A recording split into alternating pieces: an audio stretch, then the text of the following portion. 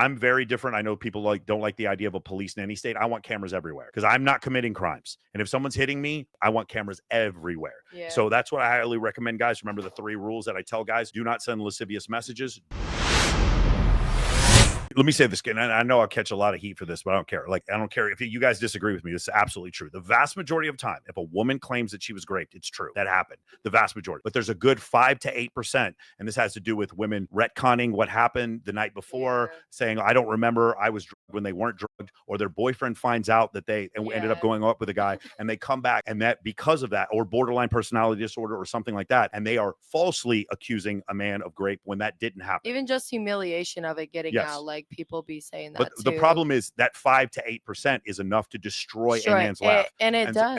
And that's. But whenever it happens with Lindsay Hill or Amber Heard or something like that, where it's completely false accusations, then in those cases you're destroying a man's life, and now he has to go to the mats and go nuclear in order to protect himself. That's where it happens. In those cases, we see them more. Our reticular activation system notices those false cases more. Yep. But I will say, the majority of the time, if a woman says that, she's probably telling the truth. Yeah, for a fact. Now, I got this guy right here. I'm going to read really quickly. It says, my wife of 16 years just went to jail 2 weeks ago on 4 domestic violence charges, made the smart choice of not doing anything except calling the cops and protecting my career. So you also have to remember that guys, when they get into those situations, now they're, even if it's just like as minor a dispute as it can be, it's still a DV charge against you. And so now you could lose your job. Now you could lose, I don't want to just give problems. I want to give solutions here. Right. And we talked about this multiple times. And I hear people like literally made reaction videos telling me that I was wrong. No, you need cameras in common areas of your home. Yeah. You need cameras in common areas of your home, not in the bedroom, not in the bathroom, but in common areas of your home. Kitchen. Yeah, exactly. Yeah. I need to see people coming in peacefully and leaving peacefully so that we don't make up a story later. And if there's assault, this is what happened. Do you guys remember the Courtney Taylor? She was the girl who murdered her boyfriend. She stabbed him in the shoulder. When she stabbed him, she was not originally arrested. And then later, once the video came out of her punching the crap out of him in an elevator, then later on another video showed that she, like, her actually stabbing him. Before that, she was not going to be charged because he was this big black dude and she was this tiny little white girl. And then finally, once the video came out, then she was charged with murder for stabbing him in the shoulder, and he bled out. Like, that's the kind of the thing that happens. I'm very different. I know people don't like the idea of a police nanny state. I want cameras everywhere because I'm not committing crimes. And if someone's hitting me, I want cameras everywhere. Yeah. So that's what I highly recommend, guys. Remember the 3 rules that I tell guys: do not send lascivious messages, do not pour women's drinks, women pour women's drinks, and have cameras in common areas. And then you don't have to worry about this. My mom attacked me multiple times throughout my life,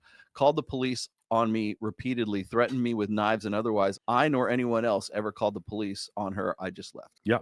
That's what happens. I don't know if that's much of a mom, though. Yeah, the other thing I will tell you is I've been in situations where a girl will complain to me about getting raped or assaulted or something like that. And my whole thing is, when you tell me, my only response can be to get out of the situation and to go talk to the cops. But if you don't talk to the cops, I can't do anything else. Does that make sense? That's a massive problem. And if I go around telling people that this guy raped you, now I am subject to defamation charges and lie. And I've seen this happen. You didn't see it because happen, I want to be a white knight and tell everybody to warn. And I've had this happen before where a girl was raped and she tells me about it. And I'm like, I don't know what you want me to do. I've seen guys run off and be like, stay away from that guy. He raped that girl. You do that, now you've accused him of a crime. Now he can sue you for defamation, even if he's guilty. She needs to go to the police. You need to encourage your friend to go to the cops if they have evidence. Because if you don't, there's nothing as a guy I can do. There's nothing.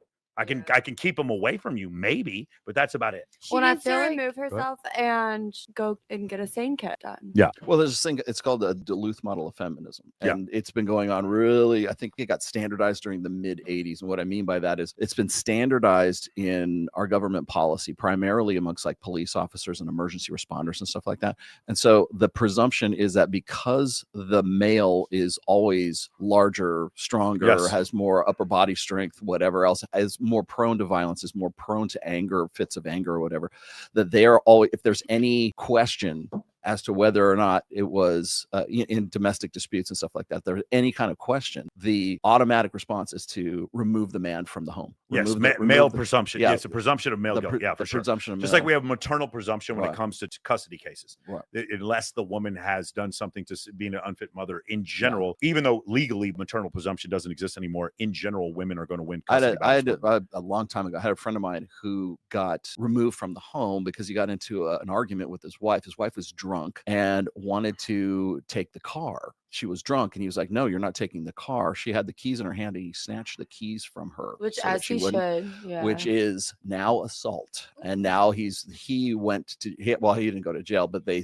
said, They "You had got a to whole stay. You got to thing. go stay with your parents or go do whatever. You'll find a hotel or That's something like that." crazy. Because he couldn't be in the house. And as it worked out, because he snatched the keys, now it was a while back, but he got into a situation where he couldn't go. Like, she files a restraining order because that's all that it took.